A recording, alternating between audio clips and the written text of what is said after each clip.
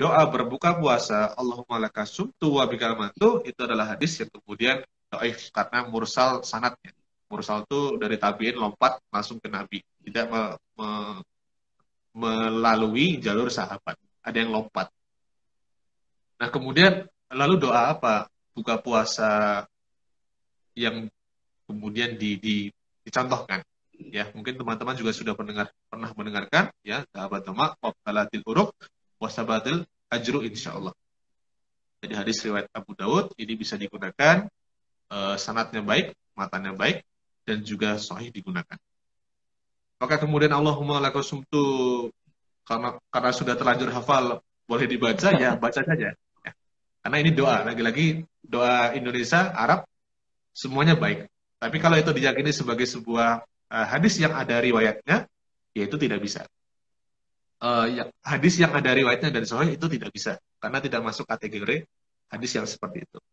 Tapi kalau kita membaca Dhahabatuma waqtalatul urub wasabatul ajru insyaallah, itu ada hadisnya, ada riwayatnya, dan sahih digunakan karena sanad dan matanya itu sesuai dengan kategori hadis sahih. Tapi kalau sudah terlanjur hafal Allah malakasubtu, ya sudah, baca saja. Ya. Atau minimal ya bismillah. Kalau enggak Allahumma barik lana bima razaqtana. Jangan sampai karena kita mungkin malu enggak hafal doanya, apa namanya? Tidak dimulai bukanya. Makanya enggak hafal nih aku doanya nih. Tunggu teman-teman baca doa lah biar aku nanti bareng-bareng. Jadi seperti itu. Jadi diutamakan yang sahih ya Mas Hasnan ya. Kalau ada Ya, hadis yang sahabat sahih yang Toma waqtalatul uruk wasabatal ajru insyaallah. Pendek, tidak terlalu panjang. Mungkin kalau dihafal juga nggak terlalu berat sih. Minimal bismillah. tapi kalau Begitu. antara buka puasa dan sholat maghrib itu lebih dahulu yang mana itu?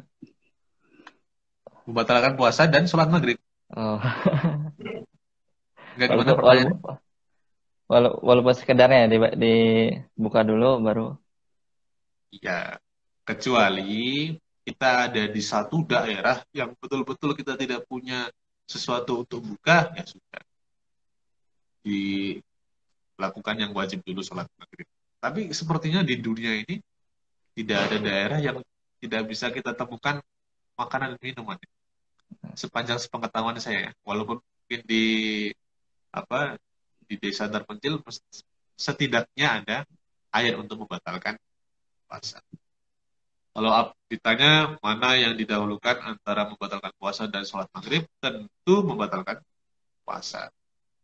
Karena itu menjadi penanda kalau kita sudah mengakhiri satu ibadah yang namanya puasa, yakni berbuka di waktu azan maghrib atau di maghrib. Oh, Begitu. Kemudian ada beberapa lagi ya. Memberikan makanan ketika berbuka, ya, karena pahalanya sama seperti pahala dari orang yang berpuasa, tanpa mengurangi pahala mereka. Ya, ini kan insya betul-betul Allah. ajaib ya. Kita puasa, Mas Nabil puasa, saya ingin memberikan makanan ke Mas Nabil untuk berbuka, pahala dari puasanya Mas Nabil itu kembali ke saya tanpa mengurangi pahalanya Mas Nabil. Nah ini hitung-hitungan pahala ya, kalau kita Masya Allah. menghitungnya. Berarti Tapi double pahalanya. Pahala puasa iya, sendiri sama maka memberikan makan.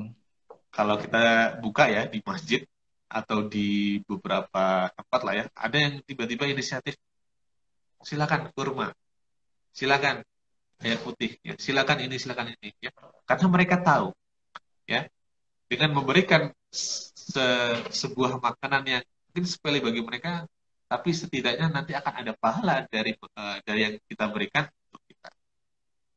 Jadi kalau kita mau matik-matik pahala, banyak sekali peluang. Insya Allah.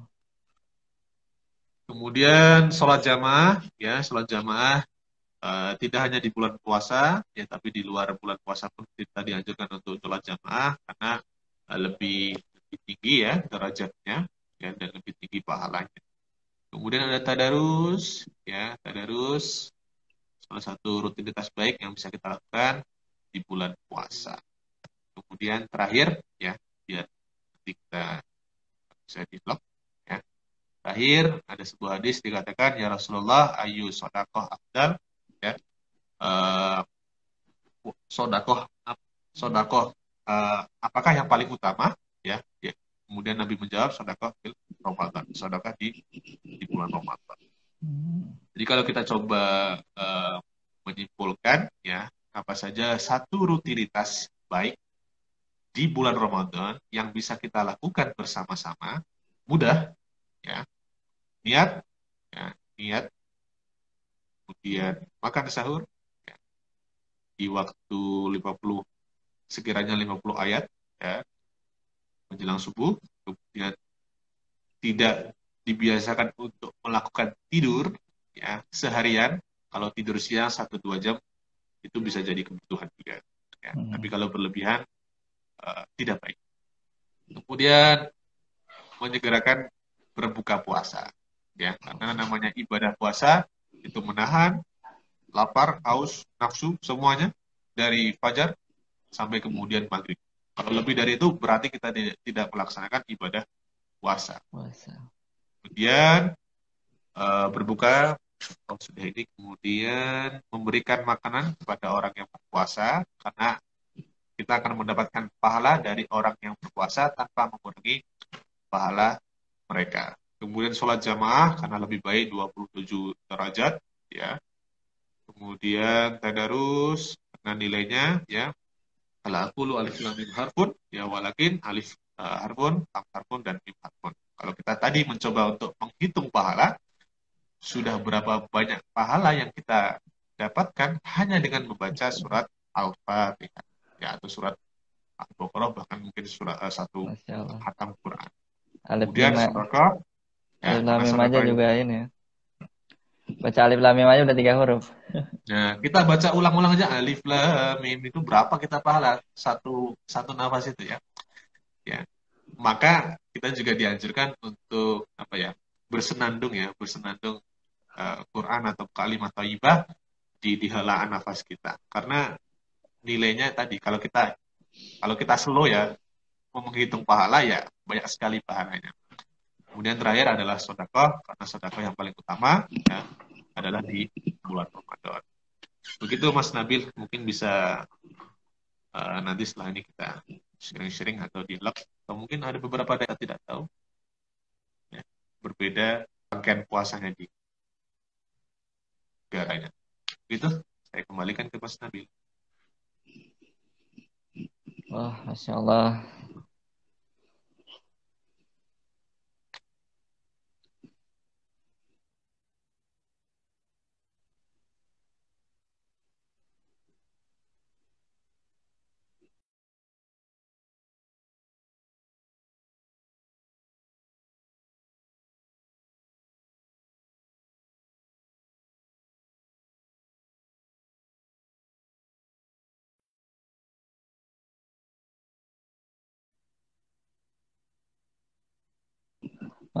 Masya Allah penjelasannya dari ini kakak kita Mas Asnan udah cukup jelas.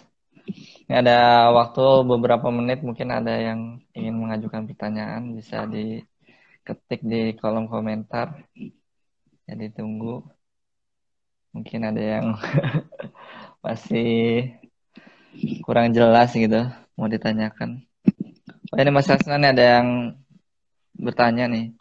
Izin bertanya, saat bulan Ramadan jika disuruh memilih mengutamakan memperbanyak tadarus atau mengaji atau memperbanyak hafalan. Jadi katanya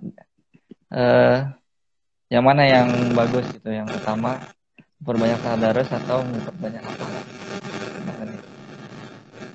Dari Mas Asnan. Ini seperti ini, ya, menganalogikan dua hal yang sama baiknya. Kalau ibarat makanan, ya, dua-duanya enak. Tapi kalau kemudian ini sebuah pertanyaan, maka jawabannya adalah pilih yang paling memudahkan yang bertanya. Ya. Ya.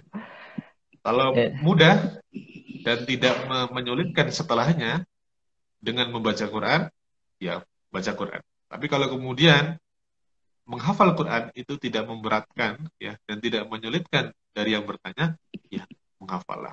Karena sebenarnya dua-duanya membaca ataupun menghafal Al-Quran itu dua hal yang